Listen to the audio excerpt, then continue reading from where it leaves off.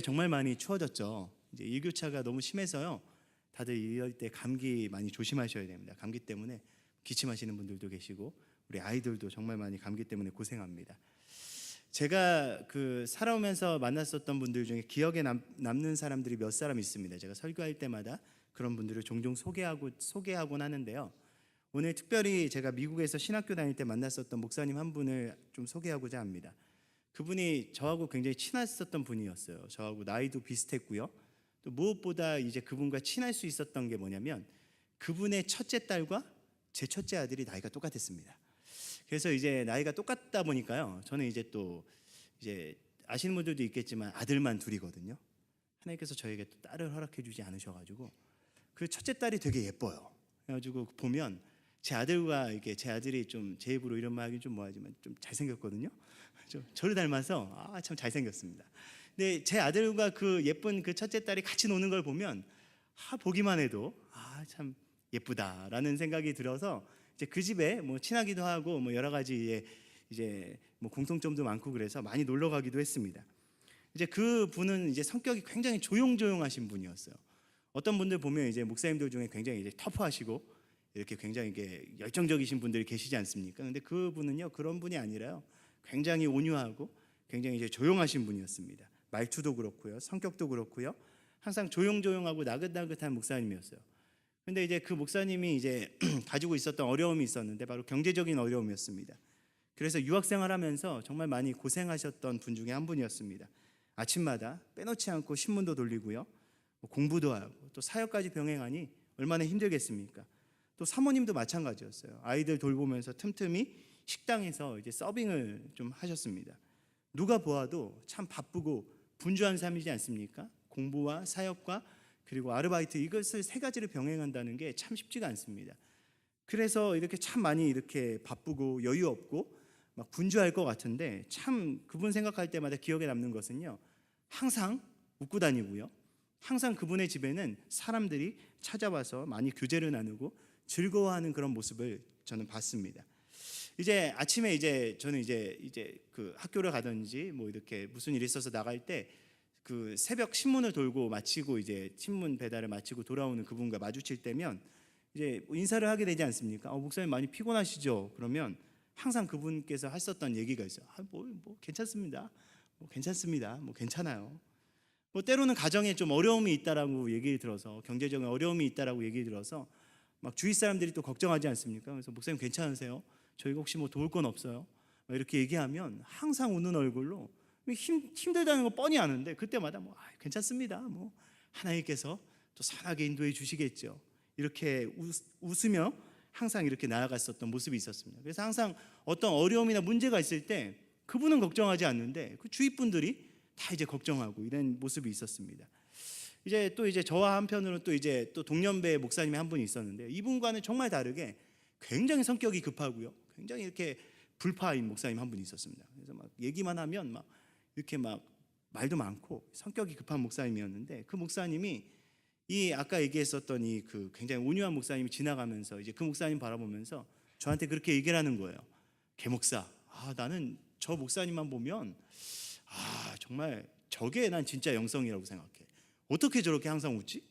힘든 일이 있는데 어떻게 좌절하지 않지? 막 누가 봐도 고생이 눈에 보이고 막 다 감당할 수 없는데 어떻게 저렇게 평온할 수 있지? 난 저게 영성이라고 생각해. 난 저게 영성이라고 생각해. 이렇게 얘기하는 모습을 보면서요. 저도 영성에 대해서 과연 영성이 무엇일까 한번 고민하는 시간이 있었습니다. 여러분 어떻습니까? 우리는 너무나 쉽게 영성에 대해서 이야기합니다. 그런데 여러분 과연 영성이 무엇일까요? 여러분 한국 교회 그리고 한국 민족은요. 그 누구보다 굉장히 뜨거운 것을 선호합니다. 참 여러분 뜨거운 거 좋아하지 않으십니까? 이 온 세계에서요. 이 한국 민족처럼요. 뜨거운 음식을 잘 먹는 민족이 없어요. 입천장이 다 까질지언정 뜨거운 음식을 먹지 않습니까? 막 외국 사람들은요. 그렇게 뜨거운 걸 먹지 못해요. 왜 그러냐면 속이 위에서 그걸 받아주지 못하기 때문에. 근데 한국 사람들은 참 뜨거운 거를 정말 잘 먹습니다. 이 먹는 것뿐만이 아니라 뜨거운 것을 참 선호합니다. 또 한국 교회가 그리고 한국 민족이 뜨겁게 기도해서 정말 뜨거운 부흥과 그 역동적인 부흥을 체험하지 않았습니까? 그래서 이 한국 교회와 한국 성도들의 영성은요, 굉장히 뜨거운 것에 집중하고 있는 그런 모습을 발견합니다. 그래서 우리가 흔하게 그렇게 얘기하지 않습니까? 영성이 좋다, 영성이 좋다라고 이야기하면 뜨겁게 그분은 설교를 잘하든지, 뜨겁게 기도 인도를 잘하든지, 뜨겁게 찬양 인도를 잘하든지, 뜨겁게 무언가 열정적으로 헌신하는 모습을 보면 저분 참 영성이 좋은 것 같아, 저분 영성 참 뜨겁지 않아? 라는 이야기를 우리가 쉽게 이야기하곤 합니다. 그런데요, 저는요, 영성은 이렇게 드러나는 것에 국한되어 있는 것이 아니라고 생각합니다. 여러분, 진정한 영성은요, 특정한 장소, 특정한 환경에서만 일시적으로 폭발적으로 드러나는 것이 영성이 아니라 삶에 내재되어 있고 삶 속에 향기로서 드러나는 것이 저는 영성이라고 생각합니다. 그렇기 때문에 영성은요, 진정한 영성은요, 뜨겁지만 냉정하고요, 부드럽고 겸손하지만 강합니다. 온유하지만 결단력이 있고요, 용납하지만 결코 불의와 타협하지 않습니다. 그렇기 때문에 불길같이 타오르는 모습뿐만이 아니라 잔잔하게 향기처럼 풍기고 흘러나오는 것이 저는 진정한 영성이라고 생각합니다. 그렇기 때문에 고린도후서 2장 15절에 이렇게 이야기합니다.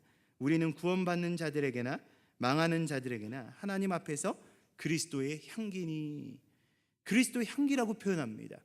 우리를 그리스도의 불꽃, 우리를 그리스도의 타오르는 뜨거운 것이라고 표현하지 않고요, 잔잔하게 흘러가는 영성이라고 표현합니다.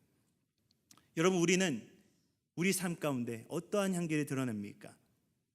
교회에서 말고요, 여러분, 이 자리에서 기도하는 모습 말고요, 고린도후서 2장이 말하지 않습니까? 믿는 자들에게나 망하는 자들에게 어떻게 표현할 수 있습니까?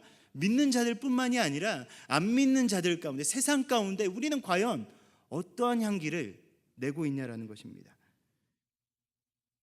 교회에서 직분의 모습 말고 우리가 속한 세상의 처소에서 우리는 과연 어떠한 향기를 드러내며 어떠한 영성이 우리 삶 가운데, 우리의 실제적인 삶 가운데 흘러넘칩니까? 우리 주변에 있는 사람들이 우리의 실제적인 우리의 삶의 모습을 보고 그리스도의 향기를 느끼고 있습니까? 저는 성경의 수많은 진정한 영성을 가졌었던 사람들은 삶 가운데 아름답게 향기로 피어올랐다고 생각합니다. 그런 면에서 저는 성경에 나와 있는 수많은 인물들 중에 다윗이 정말 하나님께서 기뻐하시는 영성이 있던 사람이었다고 생각합니다. 여러분, 다윗이 뜨거웠기 때문이 아닙니다. 다윗의 삶을 지배했었던 잔잔하지만 견고했던 믿음의 태도들이 있었기 때문이었고요, 그것은 그의 일생 가운데 향기처럼 그가 속한 모든 곳에 잔잔하지만 강력하게 흘러넘쳤기 때문입니다.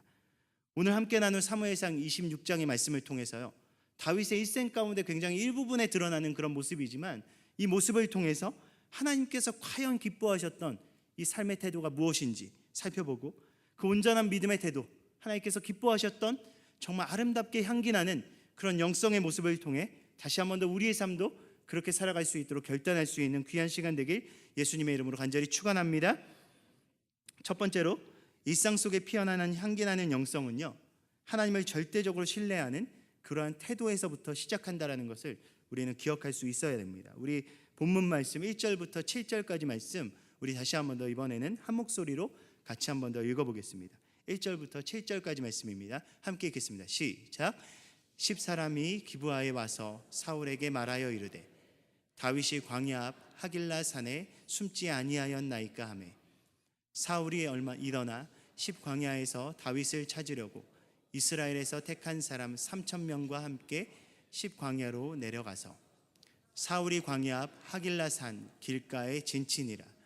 다윗이 광야에 있더니 사울이 자기를 따라 광야로 들어옴을 알고, 이에 다윗이 정탐꾼을 보내어 사울이 과연 이른 줄 알고 다윗이 일어나 사울이 진친 곳에 이르러 사울과 넬의 아들 군사령관 아브넬이 머무는 곳을 본즉 사울이 진영 가운데에 누웠고 백성은 그를 둘러 진쳤더라.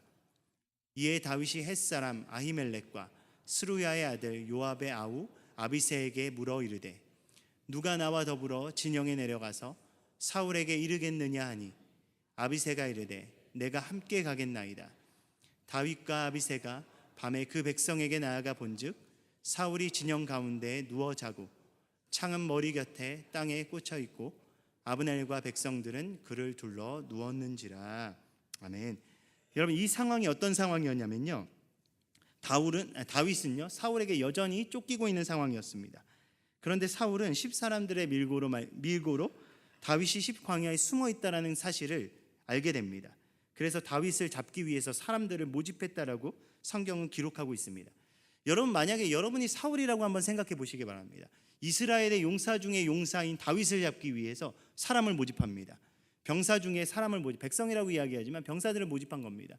이스라엘의 그런 정규군들 중에서 다윗이 10광야에 숨어 있는 그 다윗을 잡기 위해 사람들을 모집했다라면 여러분들은 누구를 모집하겠습니까? 힘없고 약하고 막 발걸음이 느린 사람들을 모집하겠습니까? 이스라엘 정규군 중에서요 정말 날쌔고 빠르고 정말 무장된 정말 특수부대와 같은 사람들을 모집하지 않았겠습니까? 이스라엘의 용사 중에 용사인 사람들을 모집합니다. 그 사람들을 3,000명을 모집해서 10광야로 달려옵니다. 빠른 시간 안에 10광야에 도착해야 됐고요, 일사불란하게 다윗을 잡아야 했기 때문에 이스라엘 정규군 중에서 가장 빠르고 날쌔고 강한 군사들만 뽑았을 것입니다. 여러분, 상황이 이런 상황이었습니다. 다윗의 은신처가 노출되었고요, 그 사울의 정규군 3,000명이 정말 누구보다도 날쌔고 힘있고 훈련된 사람들이 다윗을 잡기 위해 혈안이 되어서 달려옵니다. 다윗에게는 사람들이 있었습니다. 물론 다윗에게 있는 사람들도 충분히 전쟁을 치를 수 있는 사람들이었지만 그들은 사울의 정예병 3,000명과는 비교할 수 없는 사람들이었습니다. 정말 무섭고 급박한 상황이었습니다. 여러분, 상황이 이쯤 되면 누가 더 다급해야 됩니까? 누가 더 두려워야 됩니까? 사울입니까? 다윗입니까? 다윗이 정말 두려워야 되는 상황이었어요. 다윗이 조급해야 되는 상황이었습니다. 도망치기에도 부족할 시간입니다. 다윗에게는 왜 그러냐면요, 병들고 지치고 아프고 막 이런 사람들이 주변에 가득했거든요. 그런데 다윗은 도망치지 않습니다. 5절 말씀에 보면요, 다윗은 오히려 도망치는 것이 아니라 멀리서 사울이 진친 곳을 지켜봅니다. 그리고 병사들이 잠들 때까지 기다렸다가 적진의 항복판으로 걸어 들어갑니다. 여러분, 다윗에게 이렇게 여유를 부릴 시간이 없어요. 한시라도 빨리 도망쳐야 되는데 다윗은 그렇지 않았다라는 것입니다. 그런데 정작 여기서 굉장히 놀라운 것이요, 정작 두려워해야 될 이유가 하나도 없었던 사울이요 너무나 대조적으로 불안해합니다. 훈련된 용사 3,000명이 있지 않습니까? 그런데 오합지졸로 모인 그런 다윗의 군대들, 그리고 다윗을 두려워하였습니다. 이를 증명하는 것이 바로 7절에 나옵니다. 7절을 보면요, 사울이 잠을 드는데요, 어떻게 하냐? 자신의 군대를 겹겹이 싸워서 그 가운데서 잠을 잡니다. 자신을 둘러싼 3,000명의 용사들 한복판에서 잠을 자기 시작했다는 겁니다. 여러분, 이건 사울은 왕이니까 변두리에서 잠을 잘 수 없잖아요. 이건 10분 그렇게 이해를 합니다. 그 한복판에서 잠을 잔다라는 건 왕이니까, 왕이 당연히 보호를 받아야 되니까 그렇게 자는 걸 이해할 수 있습니다. 그런데 진짜 사울이 두려워했다라는 것을 보여주는 장면이 바로 그 다음 장면에서 나옵니다. 어떻게 기록하냐면, 사울은 머리 곁에 자신이 애지중지하고 자신의 분신처럼 가지고 다녔던 자신의 창을 머리 곁에 꽂아놓고 잠을 잤다라고 기록하고 있습니다. 여러분, 사울의 주변에는요, 이 사울은 왕이었지 않습니까? 왕의 주변에 누가 항상 그림자처럼 호위합니까? 왕을 호위하는 호위병이 항상 동행합니다. 자신의 생명을 걸고 왕을 지켜야 되는 호위병이 항상 지키고 있었음에도 불구하고 사울은 그 호위병조차 믿지 못했다는 것입니다. 위기의 순간이 찾아왔었을 때 벌떡 일어나서 자신의 손이 잡히는 곳에 창을 바로 짚고 그 자리에서 자신의 몸을 보호하기 위해 사울은 그렇게 창을 자신의 머리 바로 곁에 꽂아놓고 있었다는 것입니다. 바로 불안한 사울의 심리를 그대로 보여주는 상황이었다는 것입니다. 여러분, 사울이 두려워할 상황입니까? 여러분, 생각해 보십시오. 한 나라의 왕입니다. 그리고 자신의 영토입니다. 정예병 3,000명이 자신을 둘러싸고 있습니다. 그럼에도 불구하고 불안했다라는 것이 너무나 놀랍지 않습니까? 여러분, 사울은 왜 불안했을까요? 여러분, 과연 사울이 가지고 있었던 이 불안함이 과연 사라질 수 있었던 것일까요? 과연 사울의 주변에 수만 명이 둘러싸고 있다라고 할지라도 사울은 불안해지지 않았을까요? 저는 결코 그렇지 않았을 것이라고 생각합니다. 왜냐하면 사울이 가지고 있는 근본적인 불안함은요, 하나님과의 관계의 부재로부터 나타나는 것이기 때문입니다. 여러분, 이것이 바로 다윗과 사울이 가지고 있는 영성의 결정적인 차이였습니다. 한쪽은 두려워해야 되는 상황인데 두려워하지 않습니다. 그리고 또 다른 한쪽은 두려워하지 않아도 될 상황인데도 두려워했습니다. 여러분, 그것이 어디서부터 나옵니까? 하나님과의 관계, 즉 하나님을 얼마나 신뢰하고 있느냐, 바로 거기서부터 나왔다는 것입니다. 여러분, 다윗은 하나님을 절대적으로 신뢰했습니다. 하나님과의 친밀한 관계를 통해서요, 자신의 삶이 하나님의 절대적인 주권 아래 있음을 경험하였고, 그것이 자신의 삶의 가장 큰 기초가 되었습니다. 그래서 다윗은 두려워해야 되는 상황 속에서 두려워하지 않을 수 있었던 것입니다. 여러분, 이 신앙이 다윗의 영성의 가장 큰 기초가 되었다는 것입니다. 그렇지만 하나님이 없는 인생, 하나님과 상관없는 인생, 하나님을 떠난 인생은 불안하게 되어 있습니다. 여러분, 사울뿐만이 아닙니다.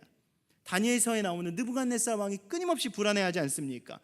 그 당시에 절대 권력을 가지고 있었다라고 이야기하는 출애굽기에 이집트의 바로도 불안해하지 않습니까? 아무리 수많은 안전장치를 해놓은들 그것이 과연 삶을 지켜줄 수 있겠습니까? 세상의 부왕과 강함을 아무리 삶 가운데 채워놓는다라고 한들 그것이 인생의 절대적인 기초가 될 수 있겠습니까? 아무리 든든한 사업적 기반과 노후 대책을 우리 삶 가운데 쌓아놓는다 한들 과연 그것이 우리의 삶의 미래를 보장할 수 있겠습니까? 세상의 그 어떤 것도 우리를 지켜주지 못하고 그 안에 안전과 평안이 없습니다. 하나님께서 지켜야 지켜지는 것입니다. 사울은 하나님을 떠났고 그 자리에는 그가 감당할 수 없는 불안이 그 자리를 차지했습니다. 하나님을 향한 절대적인 신뢰를 가지는 신앙은 환경적인 것에 결코 무너지는 신앙이 아닙니다. 환경적인 것, 조건적인 것이 불안이 되는 것이 아니라 바로 하나님께서 계시지 않는 삶, 하나님을 붙들지 않는 삶이 바로 불안의 요소가 된다는 것입니다. 여러분, 아담과 하와를 보십시오. 에덴 동산에서 하나님과의 그 친밀한 관계 가운데 있을 때 그들의 삶 가운데 불안과 근심이 없었습니다. 그럼에도 불구하고 그들이 하나님으로부터 멀리 떨어지자 그들의 인생에는 모든 부정적인 것들이 찾아오지 않았습니까? 여러분, 환경적인 것은 환경과 조건은 언제나 변할 수 있습니다. 언제든지 변할 수 있는 것이 과연 우리의 신뢰의 기반이 될 수 있겠습니까? 결코 변하지 않는 그 하나님을 붙들어야 다른 것에 결코 불안하지 않는 삶을 살아갈 수 있는 것입니다. 다윗의 영성이 시간이 갈수록 깊어질 수 있었던 것은, 그리고 그의 삶이 고난 앞에 강할 수 있었던 것은 바로 그가 신뢰할 만한 것을 신뢰하고 신뢰할 만한 것을 붙들었기 때문입니다. 성경 말씀은요, 너무나 놀랍게도 우리 삶 가운데 고난이 없다라고 이야기하지 않습니다. 오히려 사도 바울은 고린도후서 4장에 우리는 사방으로 우겨쌈을 당하고 답답한 일을 당하고 박해를 받고 거꾸로 뜨임을 당한다라고 말씀하고 있습니다. 이것이 성도와 교회가 마주한 삶임을 사도 바울은 증명하고 있습니다. 그렇지만 더 중요한 것은 그 뒤에 나오는 것입니다. 그러한 환경과 조건이요, 결코 우리를 낙심하게 못하며 망하게 하지 못하며 우리를 쓰러뜨리지 못한다라고 약속하고 있습니다. 아무리 이러한 환경을 뛰어넘는 그런 영성이 어디서부터 나옵니까? 바로 하나님을 절대적으로 신뢰하는 그러한 신앙에서부터 나옵니다. 그렇기 때문에 성경은 끊임없이 우리에게 말씀하는 것 아니겠습니까? 세상을 붙들지 마라, 세상의 것을 따르지 마라, 세상이 주는 그런 달콤한 유혹에 현혹되지 마라, 오직 하나님을 붙들라. 하나님 외에는 다른 길이 없다. 오직 여호와만이 우리의 목자가 되시며 그분이 우리의 길과 진리와 생명이 되신다. 여러분, 사울처럼 허망한 것을 붙들 때 우리는 결국 불안해할 수밖에 없습니다. 그렇지만 우리의 반석이 되시고 우리의 방패가 되시는 그 하나님을 붙들고 우리의 연약함이 아니라 우리를 붙드시는 그 하나님의 강함을 붙들 때 우리는 우리의 삶을 붙드시고 인도하시는 하나님 되심을 바라볼 수 있는 것입니다. 우리의 하나님 되심을 온전히 바라보며 나아갈 수 있는 우리 모두가 되길 예수님의 이름으로 축원합니다. 그렇기 때문에 일상 속에 피어나는 향기나는 영성은 선택의 기로 앞에서 온전히 결정됩니다. 우리 8절부터 11절까지 말씀 우리 다시 한 번 더 한 목소리로 함께 읽어보겠습니다. 함께 읽겠습니다. 시작.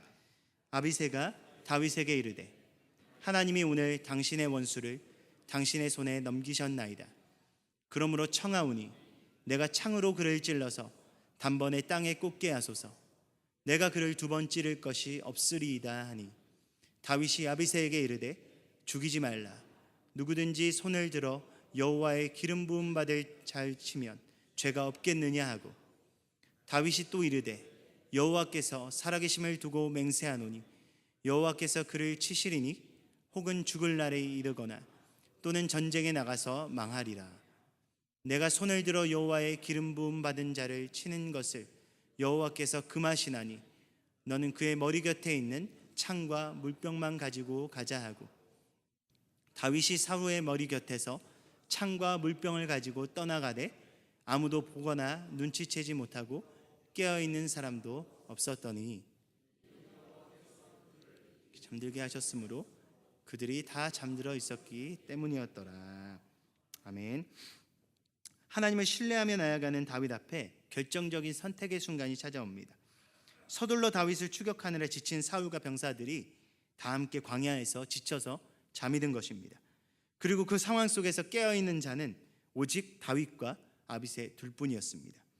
다윗의 눈앞에 그토록 끈질기게 다윗의 인생 가운데 정말 많은 시간 다윗을 괴롭혀왔던 사울이 권하게 잠들어 있습니다. 기회도 이런 절호의 기회가 또 있을까요? 다윗에게는 손쉽게 사울을 처치할 수 있는 상황이 다시금 찾아왔습니다. 이것을 바로 절호의 기회라고 이야기하지 않으면 무엇을 절호의 기회라고 이야기하겠습니까?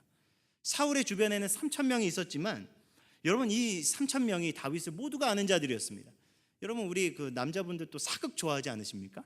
저도 사극을 굉장히 좋아하는데요. 한번 그 사극 스토리를 한번 떠올리면서 이 부분을 한번 매치시켜 보시기 바랍니다.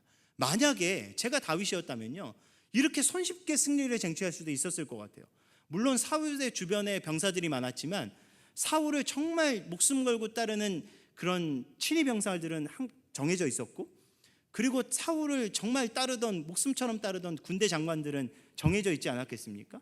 정말 다윗과 아비새가 칼을 뽑아서 사울의 목을 치고 그 주변에 있는 군대 장관들 몇의 목을 치고 그런 사울의 수급을 들고 그 이스라엘 병사들에게 외치는 겁니다. 자, 너희들의 수장은 죽었다. 이제 너희를 따르는 자, 너희들을 이끄는 자가 없다. 자, 이스라엘의 회복을 원하는 자, 나를 따르라. 이렇게 다윗이 멋지게 큰 소리를 쳤다면요. 제가 생각했을 때는 아무래도 이 3,000명의 병사들이 얼떨결에 일어났지만 다윗 앞에 무릎을 다 꿇었을 겁니다. 그렇죠. 아무리 우리가 생각해도 사울은 정말 사울보다는 당신이 더 위대한 것 같습니다. 그리고 다윗이 그 3,000명을 이끌고요 그 야밤에 그 이스라엘의 수도를 진격했다면 역사는 정말 새롭게 써지지 않았겠습니까? 그렇지만 이렇게 너무나 쉬운 것들이 눈앞에 펼쳐져 있었음에도 불구하고요 다윗은 이 쉬운 길을 선택하지 않았다라는 것입니다. 참 놀랍게도 다윗 옆에 눈치 빠른 이 아비새가 있었어요. 이 아비새가 뭐라고 이야기합니까?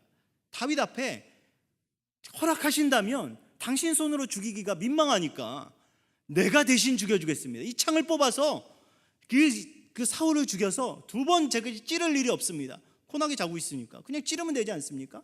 사울을 죽여서 당신의 그런 원통함과 당신이 지금 답답함을 내가 다 풀어드리겠습니다라고 이야기하는데도 다윗은 그것을 거절하지 않습니까?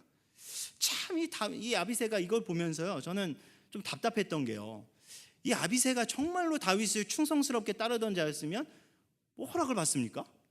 그냥 창 뽑아서 그냥 죽이고 나서 당신을 위한 충성이었습니다 이렇게 얘기하면 되지 않았겠습니까? 그런데 왜 아비새가 다윗에게 허락을 맡았겠습니까?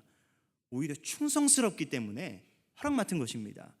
왜냐하면 다윗 옆을 따라다녀 보니까요 이런 상황에서 다윗이 사울을 죽이지 않을 것이라는 것을 누구보다 잘 알기 때문 아니었겠습니까? 다른 사울이나 다른 사람들을 리더십으로 섬겼으면 뒤도 돌아보지 않고 먼저 죽였겠죠. 그렇지만 다윗을 섬겨보니까 이런 상황에서 다른 사람들과 똑같이 선택하지 않을 것을 알았습니다. 그렇기 때문에 다윗의 허락을 받는 것입니다. 당신이 이렇게 하지 못할 것을 알지만 내가 대신하겠습니다.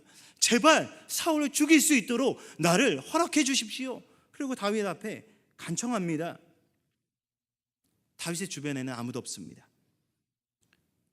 입을 싹 씻고요 아비새와 둘이 말만 맞추면 되는 일 아니겠습니까? 자신의 양심 한번 죽이면 되는 것 아니겠습니까? 이것을 아무도 모르는 비밀로 아비새와 둘만의 문제로 끝까지 죽을 때까지 가지고 갈 수도 있었습니다.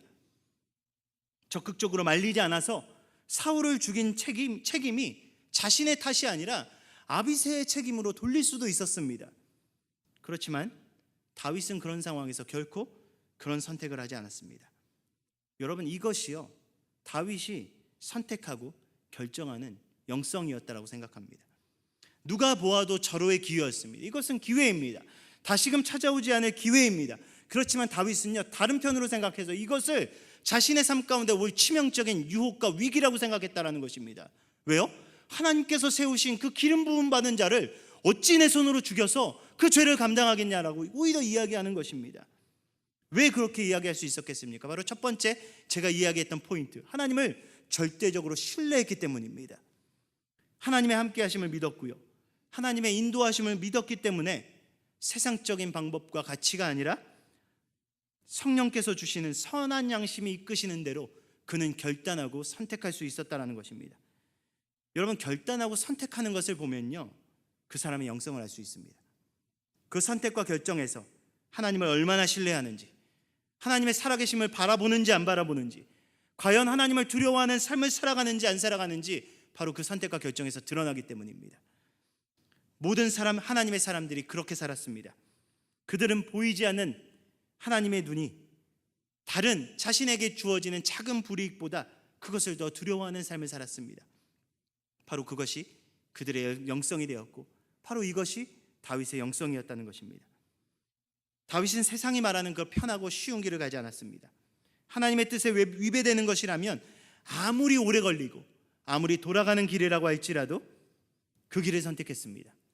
적당히 타협하고 자신의 삶과 환경에서 어쩔 수 없었다며 자신의 삶을 합리화하지 않았습니다. 바로 이것이 하나님께서 기뻐하시는 영성의 삶이 아니었을까요? 저는 다른 무엇보다 이 본문을 묵상하면서 다윗이 거두어 갔었던 이것이 너무나 은혜가 됐습니다. 여러분, 다윗이 무엇을 거두어 가죠?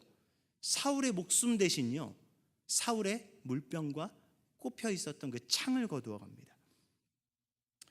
저는 특별히 다윗이 사울의 창을 거두어 가는 장면이 너무나 감동적이었던 것 같습니다. 사울의 창이 무엇입니까? 다윗을 2번이나 죽이려 했었던 창입니다. 다윗에게 사울의 창은요, 자신의 상처고요, 자신의 아픔이고요, 어찌 보면 자신의 자존심을 건드는 쓴뿌리였을 것입니다. 다윗이 그 창을 볼 때마다 무슨 생각 들었겠어요? 자신을 위해 눈이 뒤집혀서 창을 2번씩이나 던졌던 그 사울의 모습이 떠오르지 않았겠습니까? 그 창으로 다윗은 사울을 죽이고 싶은 마음이 안 들었겠습니까? 인간적으로요. 그럼에도 불구하고 다윗은 자신을 향해 끊임없이 겨누었던 그 창을 똑같이 사울에게 던졌던 것이 아니라 그 창을 품었다라는 것입니다. 여러분, 바로 영성의 향기가 여기서 드러납니다. 여러분, 영성의 열매가 과연 무엇이 되어야 된다고 생각합니까? 영성의 열매는 뜨거운 은사가 아닙니다. 바로 사랑과 포용과 용서가 되어야 합니다. 그렇기 때문에 교회와 성도의 영성은요, 얼마만큼 뜨거운지, 얼마만큼 많은 것을 가지고 있는지로 평가되어야 되는 것이 아니라 얼마만큼 사랑하는지, 얼마만큼 정말 하나님의 용서가 나타나는지, 얼마만큼 용납하고 하나가 되는지, 바로 그것으로 사랑으로 증명되고 용서함으로 증명되고 용납함으로 증명되어야 되는 것이 아니겠습니까? 결국 우리가 흘러보내야 되는 영성의 향기, 그리스도의 향기가 바로 이것이 아닐까요? 남들이 상처 주는 대로 그대로 받고 마음에 양심을 품고 같이 미워하는 것이 아니라 설령 그렇다라고 할지라도 그리스도의 사랑으로 덮어주고 품어주는 것이 예수 그리스도께 갚을 수 없는 사랑을 받은 자로서 행해야 될 마땅한 영성의 향기가 아닐까요? 왜 사울은 끊임없이 다윗에게 질 수밖에 없었겠습니까? 사울은요, 끊임없이 다윗을 위해서 창을 던졌기 때문입니다. 창을 던져서 다윗을 이기려고 했기 때문입니다. 그럼에도 불구하고 다윗이 이길 수밖에 없었던 것은 그 던지는 창을요, 받아서 맞받아친 게 아니라 그 창을 하나님의 사랑으로 품었기 때문입니다. 사울을 이기고 넘어뜨리는 것이 아니라 그 과정 속에 자신과 끝까지 동행하시며 인도하시는 하나님의 방법대로 하나님의 때를 기다렸기 때문에 다윗은 끝까지 이기는 신앙으로 살아갈 수 있었던 것입니다. 빌립보서 4장 5절은 너희의 관용을 모든 사람에게 알게 하라, 주께서 가까우시느니라 라고 말씀합니다. 다 반대로 이야기하면요, 주께서 오실 날이 가까울수록 관용이 없어진다라는 이야기 아닙니까? 관용을 지켜나가기 어려울 것이라는 뜻 아닐까요? 주님께서 오실 때가 다가올수록 사랑이 식어질 것임을 말씀은 계속해서 성경은 증거했습니다. 여러분, 세상의 사랑은 식어갑니다. 더 이상 사랑의 가치로 이 세상을 살아가지 않습니다. 약육강식의 그런 가치가 팽배하게 지배하고요, 매몰창 성공의 원리가 지배할 때 과연 교회와 성도도 이렇게 똑같이 살아서 되겠습니까? 남들이 다 그렇게 산다고 편한 길, 쉬운 길 똑같이 걸어서 되겠습니까? 때론 돌아간다라고 할지라도 하나님께서 기뻐하시는 사랑과 관용의 가치를 끝까지 추구하며 나아가는 우리 모두가 되길 축복합니다. 그리하여 우리 안에 흘러넘치는 그런 사랑으로 우리와 함께 하시는 하나님을 우리의 공동체 안에, 그리고 우리의 실제적인 삶 안에 우리의 사랑과 우리의 관용과 우리의 용서의 향기로 아름답게 증명하며 나아가기 부족함이 없는 우리 모두가 되길 예수님의 이름으로 축원합니다. 그렇기 때문에 일상 속에 피어나는 향기라는 영성은요, 일상 속에 찾아오는 모든 것이 하나님의 은혜임을 경험하는 삶입니다. 우리 아까 12절까지 같이 읽었는데요, 우리 12절 다시 한 번 더 한 목소리로 같이 한번 읽어보겠습니다. 우리 12절 말씀 우리 함께 읽겠습니다. 함께 읽겠습니다. 시작. 다윗이 사울의 머리 곁에서 창과 물병을 가지고 떠나가되 아무도 보거나 눈치채지 못하고 깨어있는 사람도 없었더니 이는 여호와께서 그들을 깊이 잠들게 하셨으므로 그들이 다 잠들어 있었기 때문이었더라. 오늘 본문 마지막 절이 무엇이라고 이야기합니까? 다윗이 적진 한복판에 안전하게 다녀올 수 있었던 것은요, 다윗이 능력이 있었기 때문에, 다윗이 대담했기 때문이 아니라 바로 여호와께서 적들을 깊이 잠들게 하셨기 때문이라고 기록하고 있습니다. 생각해 보십시오. 자신의 영토 한복판, 아무리 자신의 영토 한복판이어도요, 사울이 어떻게 보초 한 명도 안 세워놓고 잠을 잘 수가 있습니까? 이게 말이 됩니까? 보초가 없었을까요? 여러분, 아무리 깊은 밤이어도요, 아무리 모두가 추격하느라고 진땀을 빼서 지친 상태였다라고 할지라도요, 어떻게 3,000명 중에 단 한 명도 안 깨어날 수 있다는 말입니까? 여러분들 혹시 그러신 분들 있잖아요. 잘 때 굉장히 예민하신 분들이 계세요. 다 꿀잠 자십니까? 저는요, 굉장히 좀 잘 때 예민한 편입니다. 그래서 작은 소리가 나도요 깹니다. 그래가지고 이렇게 막 잘 때 막 아이들이 울거나 뭐 이렇게 핸드폰으로 막 문자가 오거나 그러면 저는 여지없이 깹니다. 그런데 이제 저처럼 예민하신 분들이 굉장히 많이 계세요. 어떤 분들은 막 시계 초침 소리도 시끄러워가지고 무음식에 달아놓고 주무시는 분들도 계시대요. 여러분, 이런 사람이 3,000명 중에 과연 한 명도 없었을까요? 그게 말이 안 되지 않습니까? 그게 안 돼요. 그리고 다윗과 아비새가 사울 코앞에서 창 가지고 실랑이했잖아요. 다윗이요, 이 창 내가 뽑아서 사울 찌르게 해주세요. 아니야, 하나님께서 살아계신데 어떻게 하나님께서 기름 부은 이 왕을 찌를 수가 있니? 막 이렇게 얘기하지 않았습니까? 수화로 얘기한 게 아니잖아요. 수신호로 얘기하지 않고요, 성경은요 그들이 직접 입술과 입술로 얘기했다라는 겁니다. 여러분, 다윗 사울의 주변에는요 목숨 걸고 사울을 지켜야 되는 호위병들이 함께 자고 있었을 텐데 그들이 그 작은 소리 한마디에도 깨지 않았다는 것은 그 3,000명 중에 단 한 명도요 그 깊은 밤에 용변을 보기 위해서 일어나지 않았다는 것은요, 이건 상식적으로 납득되는 일이 아닙니다. 여러분, 그 모두가 다윗이 용감했기 때문이 아니라, 우연히 상황이 맞아떨어졌기 때문이 아니라, 오늘 말씀대로 하나님의 도우심이 있었기 때문입니다. 여러분, 진정한 영성은요, 모든 일어나는 모든 일들이 하나님의 모든 일들 가운데 하나님의 일하심을 바라보는 것이 진정한 영성이 아니겠습니까? 삶에 흐르고 있는 나의 실제적인 삶 가운데 드러나고 있는 모든 일들 가운데 하나님의 은혜가 내 삶 가운데 실제적으로 흐르고 있음을 믿음의 눈을 들어 바라보는 것이 바로 그것이 영성입니다. 여러분, 믿음 없는 사람들 같았으면 이 상황 가운데 어떠한 반응을 보였겠습니까? 하나님의 일하심을 바라봤겠습니까? 아닙니다. 오늘 나 완전 재수 좋은 날이네. 나 오늘 완전 땡 잡았는데, 야, 이런 일도 있네. 야, 오늘 진짜 오늘 뭔가 풀리네. 오늘 로또 좀 긁어봐야 되나? 여러분, 이렇게 생각할 수도 있어요. 그러나 믿음으로 사는 사람은요, 믿음으로 일상을 바라보는 사람은요, 그 안에서 일하시는 그 하나님의 은혜를 경험하는 것입니다. 믿지 않는 자들에겐 모든 것이 우연일 수 있습니다. 그렇지만 믿는 자들에겐 그 모든 일들 가운데 하나님의 섭리와 인도하심을 바라볼 수 있는 것입니다. 그렇기 때문에 일상의 영성으로 살아가는 사람들은요, 모든 것이 하나님의 섭리와 인도하심을 믿기 때문에 모든 상황에서 찬양하고 감사하고 기뻐할 수 있는 것입니다. 여러분, 왜 다윗의 삶 속에 감사와 기쁨과 찬양이 넘쳤을까요? 여러분, 다윗의 삶 가운데 축복이 넘쳤기 때문이 아닙니다. 다윗의 시편 한번 살펴보세요. 다윗의 인생 스토리를 한번 살펴보세요. 축복의 시간보다 고난의 시간이 더 많았습니다. 그럼에도 불구하고 그가 고난 중에서도 찬양하고 고백하고 감사하고 기뻐할 수 있었던 것은요, 그가 사망의 음침한 골짜기를 다니지 않아서가 아니라, 사망의 음침한 골짜기를 다닌다라고 할지라도 그 가운데 자신을 지켜주는 주의 지팡이와 막대기가 자신의 삶을 지켜주고 안위함을 그가 믿음의 눈을 들어 바라볼 수 있었기 때문이 아니었을까요? 때론 고난이 찾아와 하나님의 살아계심을 온전히 바라보지 못하는 상황이라고 할지라도 지금껏 자신의 삶을 주관하고 인도하신 하나님의 절대적인 그 은혜를 믿기 때문에 그 고난 너머의 영광을, 그리고 고난 가운데 함께 하심을, 그리고 고난 중에 위로와 힘을 주시는 하나님께서 나의 삶 가운데 은혜를 베풀어 주신다라는 것을 믿었기 때문이 아닐까요? 여러분, 성도는요, 은혜로 살아가는 자들입니다. 삶이 내 힘으로 되는 것이 하나도 없음을 인정하며 하나님의 도우심과 하나님의 은혜를 의지하며 살아가는 사람들이 바로 성도입니다.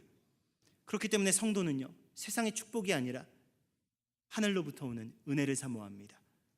기복적인 신앙을 구하는 자들이 성도가 아니라요, 하늘로부터 오는 신령한 은혜를 사모하고 그것을 구하는 자들이 성도입니다. 세상을 이겨나갈 힘은 결국 하나님으로부터는 은혜임을 믿기 때문입니다. 제가 좋아하는 찬양의 후렴 가사가 이렇게 시작합니다.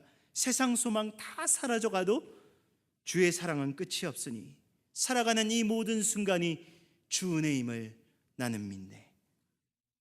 여러분, 살아가는 모든 순간이 주님의 은혜임을 믿는 것이 믿음입니다. 그렇기 때문에 성도의 영성은요, 지금 눈앞에 있는 세상의 소망에 있지 않고요, 그 안에 있는 하나님의 은혜에 있습니다. 지금 눈앞에 소망이 하나도 보이지 않는다라고 할지라도 지금 내 삶을 붙드는 은혜가 있다면 그 은혜로 살아갈 수 있는 것입니다. 그런데 우리가 왜 자꾸 시험에 들고 넘어집니까? 우리의 삶에 역사하시는 하나님의 은혜가 아니라 자꾸 세상 소망을 붙들기 때문이 아니겠습니까? 여러분, 성경이 끊임없이 증거하는 것이 세상에, 그리고 우리 인생에는 소망이 없다는 것입니다. 우리의 힘으로는 결코 이 세상을 살아갈 수 없다는 것을 성경이 증명합니다. 여러분, 성경이 증거하지 않습니까? 이스라엘이 무슨 힘이 있어서 홍해를 건넜습니까? 이스라엘 백성들이 무슨 능력이 있어서 가나안 땅을 정복했습니까? 우리에게 무슨 공로가 있어서 죽을 수밖에 없는 우리가 십자가의 사랑과 그 은혜를 경험했다는 말입니까? 그 어떤 것도요, 논리적으로 설명될 수 있는 것이 없고 납득할 만한 이유가 없습니다. 그렇게 우리가 우리 된 것은 오직 하나님의 은혜입니다. 우리가 오늘 살아갈 수 있는 것은 우리가 오늘을 살아갈 수 있는 힘과 능력이 우리 가운데 있기 때문이 아니라, 우리에게는 그 어떤 힘과 공로가 없어도 오늘을 살아갈 수 있는 그 은혜를 하나님께서 우리에게 공급하시기 때문입니다. 바로 이것을 바라보는 것이 영성이고, 바로 이러한 은혜를 바라보며 붙들고 살아가는 것이 바로 영성 있는 삶이 아니겠습니까? 여러분, 우리는 하나님의 은혜를 경험했습니까?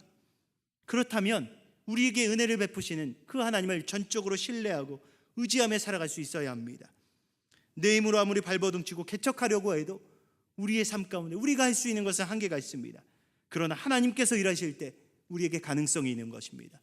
우리의 힘으로 우리의 교회를 회복과 부흥을 일으켜 세울 수 있겠습니까? 아닙니다. 하나님께서 하실 때 우리 교회가 일어설 수 있고 회복할 수 있고 부흥할 수 있는 것입니다. 그렇게 우리가 전적으로 믿고 의지할 것은 오직 하나님밖에 없음을 우리는 기억해야 합니다. 더 이상 우리의 삶, 우리의 손으로 움켜쥐고 세상 사람들처럼 여유 없이 분주하게 앞만 보고 나만 바라보고 내 가정만 바라보고 내 앞에 놓여진 것만 지키려고 하지 말고, 이제는 눈을 들어 인도하신 선하신 하나님을 전적으로 의지하며 세상적인 기준과 가치를 넘어서 우리의 삶을 인도하시는 그 하나님을 붙들고 정말 다른 가치, 정말 다른 삶으로 살아갈 수 있는 우리 모두가 되기 축복합니다.